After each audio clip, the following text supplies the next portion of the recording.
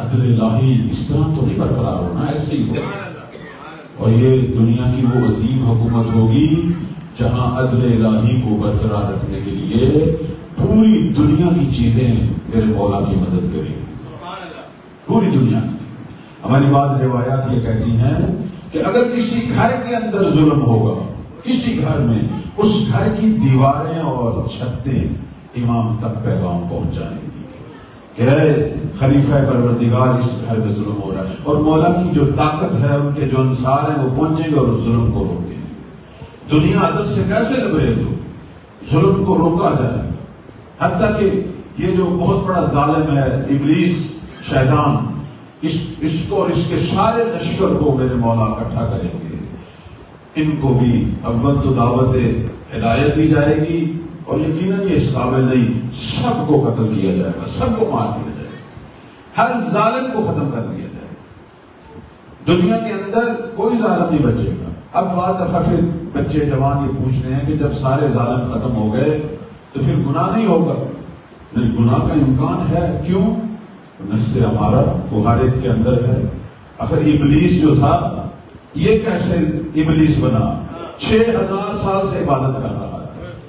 اس کو اس کے نفس ہمارا نے بہکایا، اور وہ نفس ہمارا ہم سب کے اندر ہے. تو نفس ہمارا ہے، ممکن ہے گناہ کرے، لیکن وہاں پھر میرے مولا کی تربیت ہوگی، وہاں میرے مولا کی تعلیم ہوگی. روایت کیا ہے؟ مسح علی رؤوس الناس، مہدی لوگوں کے سروں پہ ہاتھ رکھے گا. فجمع بہ عقولہم واکمل بہ اخلاقہم، ان کی عقلیں بھی بہتر ہو جائیں گی، ان کے اخلاق بھی کامل ہو جائیں گے. اور اس کا نتیجہ کیا نکلے گا؟ لذهبت الشحناء من قلوب المؤمنین، مومنین کے دلوں سے بغض و کینہ ختم ہو جائے گا، لڑائی جھگڑے ختم ہو جائیں گے، نفرتیں ختم ہو جائیں گی، اور پیار و محبت اور وحدت اور ہمدردی کا ایک ایسا سما بنے گا دنیا پہ کہ عرش کی مخلوقات جب زمین کو دیکھیں گی ان پر درود و صلوات بھیجیں گی. اور میرے 8ویں مولا امام رضا علیہ السلام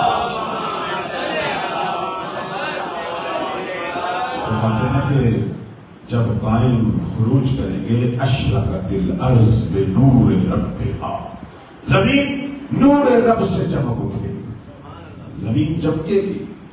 اور فرماتے ہیں وضع میزان العدل بین الناس، لوگوں کے اندر ترازو عدالت کو قائم کریں گے. فلا یظلم احد احدا، کوئی کسی پر ظلم نہیں کرے گا. زمین کب چمکتی ہے، کب معاشرے میں نورانیت محسوس ہوتی ہے؟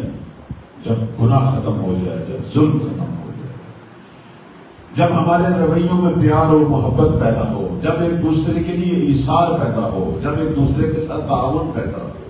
اس وقت زمین چمکتی ہے، اس وقت زمین زندہ ہوتی ہے، اس وقت خدا کی نعمتیں بھی کامل ہوتی ہیں.